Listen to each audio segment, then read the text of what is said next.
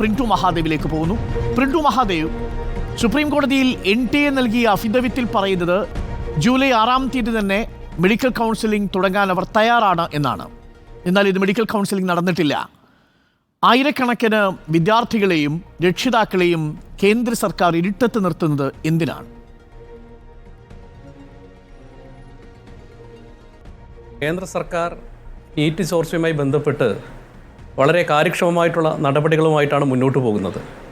നമുക്കറിയാം, തിങ്കളാഴ്ച സുപ്രീം കോടതിയുടെ മുന്നിൽ വരുന്ന കേസ്, ആ കേസുമായി ബന്ധപ്പെട്ട് സുപ്രീം കോടതി പറയുന്ന സുപ്രധാനമായിട്ടുള്ള സുപ്രീം കോടതിയുടെ വിലയിരുത്തലും NTA ബന്ധപ്പെട്ട വിലയിരുത്തലും സുപ്രീം കോടതിയുടെ എന്താണ് സർക്കാരിനോട് പറയാനുള്ളത് അത് കൃത്യമായി കേട്ടതിന് ശേഷമായിരിക്കും ഇതുമായി ബന്ധപ്പെട്ട് കൗൺസിലിംഗ് എന്നിട്ട് സർക്കാർ മുന്നോട്ട് പോവുക.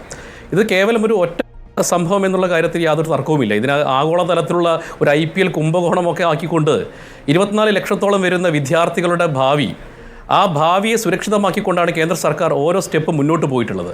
യഥാർത്ഥ കുറ്റക്കാരായിട്ടുള്ള മുഴുവൻ ആളുകളെയും ഇന്ന് CBI അടക്കമുള്ള കേന്ദ്ര ഏജൻസികൾ പൊതുസമൂഹത്തിന് മുമ്പിൽ കൊണ്ടുവരികയാണ്. 17ഓളം പ്രതികളെ അറസ്റ്റ് ചെയ്തിട്ടുണ്ട്. NTAയുടെ തലപ്പത്തിൽ നിന്ന് ഈ സുബോധ് കുമാറിനെ മാറ്റിയത് എന്തിനാണ്? അല്ല, ഞാൻ പറയട്ടെ, ഈ ഒരു പരീക്ഷയുമായി ബന്ധപ്പെട്ട് ഒരിക്കലും ഏറ്റവും സുപ്രധാനമായിട്ടുള്ള അങ്ങേയറ്റം കാര്യക്ഷമമായി നടത്തേണ്ട ഒരു പരീക്ഷയാണ്. സ്വാഭാവികമായിട്ട് അതിനകത്ത് ഇത്തരത്തിലുള്ള ഒരു തരത്തിലുള്ള ക്രമക്കേടുകളോ യാതൊരു തരത്തിലുള്ള ചെറിയ രീതിയിൽ സുപ്രീം കോടതി പറഞ്ഞതിൽ 0.1% ക്രമക്കേട് പോലും ഉണ്ടാവാൻ പാടില്ലാത്തതാണ്. അങ്ങനെ ഉണ്ടായ സ്ഥിതിക്ക് അത് അംഗീകരിക്കണമല്ലോ. അപ്പോൾ അതിൻ്റെ ഉത്തരവാദിത്തം എന്ന രീതിയിൽ അദ്ദേഹത്തിനെ അവിടെ നിർത്തുക എന്നുള്ളതല്ലോ. ആ ഉത്തരവാദിത്തത്തിൽ നിന്ന് അദ്ദേഹത്തിന് കൃത്യമായിട്ട് അദ്ദേഹത്തിന് കൈകഴുകാൻ സാധിക്കില്ല. അതുകൊണ്ട് അദ്ദേഹത്തിനെ മാറ്റുന്നു. നമുക്ക് ISROൻ്റെ ചെയർമാനായിട്ടുള്ള ഡോക്ടർ S രാധാകൃഷ്ണനെ അതിൻ്റെ തലപ്പത്തേക്ക് കൊണ്ടുവരുന്നു. 7-അംഗ സമിതി രൂപീകരിക്കുന്നു.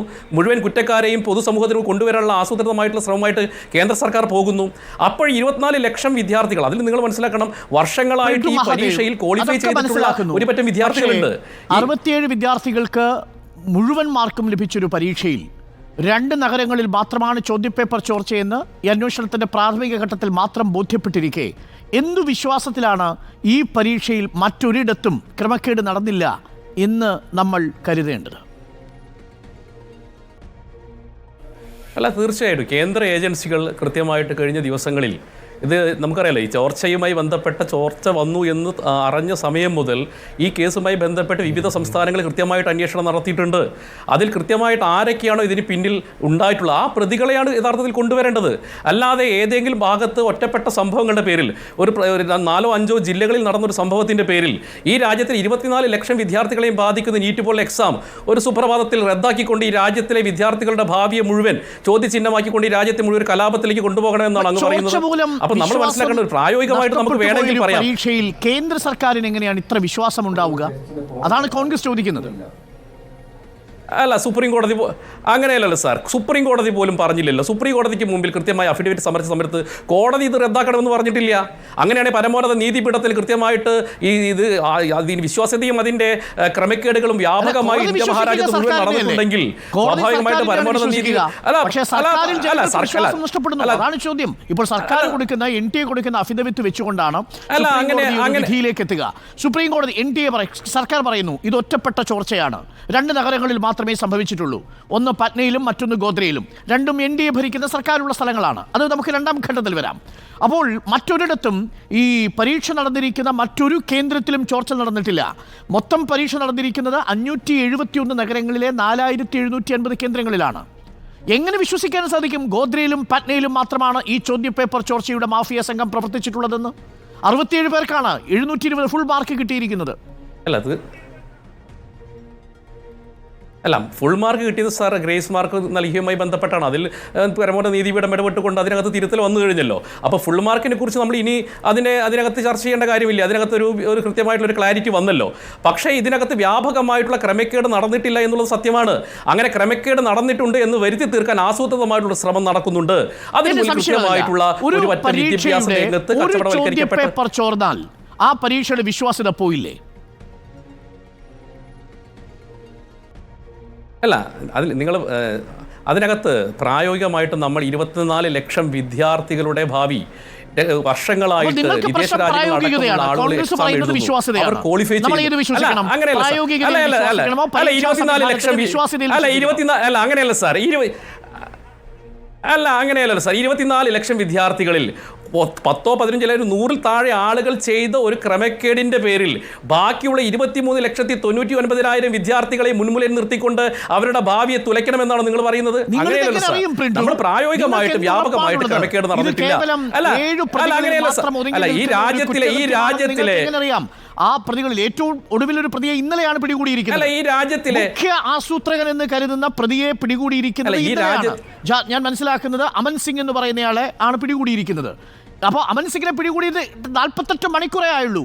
അമൻ സിംഗിനെ പിടികൂടുന്നതിന് മുമ്പ് എങ്ങനെയാണ് സർക്കാരിനും NTA-ക്കും ഈ ചോർച്ച ഇത്രയേ ഉള്ളൂ എന്ന് പറയാൻ സാധിക്കുക? മിനിമം മുഖ്യപ്രതിയെ പിടികൂടി ചോദ്യം ചെയ്യണ്ടേ? അയാളുടെ മൊഴികൾ എടുക്കണ്ടേ?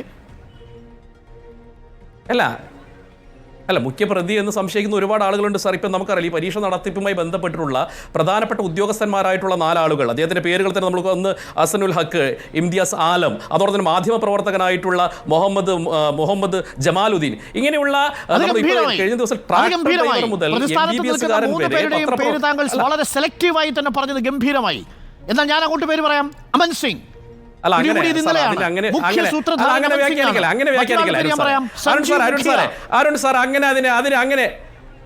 അല്ലല്ല, ഇത് ഞാൻ പറഞ്ഞിരിക്കുന്ന വാചകമുണ്ടെന്ന് അത് കേൾക്കണം പ്രിയപ്പെട്ട പ്രേക്ഷകർ. ഈ കേസുമായി ബന്ധപ്പെട്ടുകൊണ്ട് മാതൃഭൂമി പത്രത്തിൽ കോട്ടക്കൽ ബേസ് ചെയ്തുകൊണ്ടുള്ള ഒരു പരീക്ഷാ പരിശീലന കേന്ദ്രം അവരുടെ റിസൾട്ട് പബ്ലിഷ് ചെയ്യുമ്പോൾ ആ പരീക്ഷാ ഫലത്തെ എങ്ങനെയാണ് ചിത്രീകരിച്ചതെന്നറിയാമോ? ഇത് പരീക്ഷാ പേപ്പർ ചോർച്ച ഒരു ജിഹാദാണ് എന്നാണ് വിമർശിച്ചിരിക്കുന്നത്. അതും സുദർശൻ TV-യുടെ അധ്യക്ഷനാണ് ഈ പറയുന്ന രീതിയിലുള്ളൊരു വിമർശനം നടത്തിയിരിക്കുന്നത്. അതിൻ്റെ തുടർച്ചയാണ് ഇപ്പോൾ താങ്കൾ പറഞ്ഞു വരുന്നതും. Print,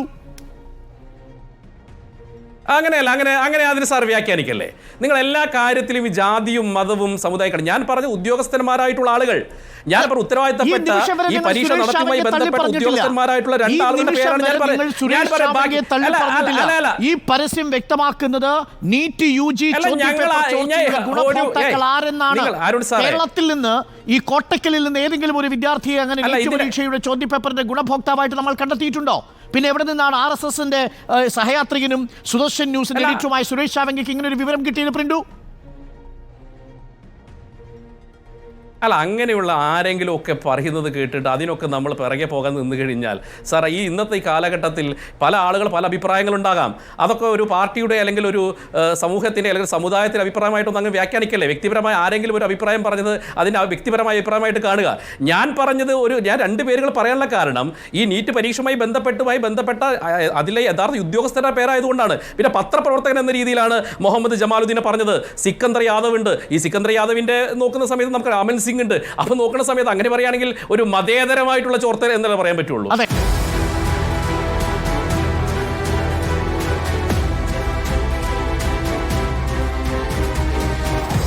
Debate with Arun Kumar.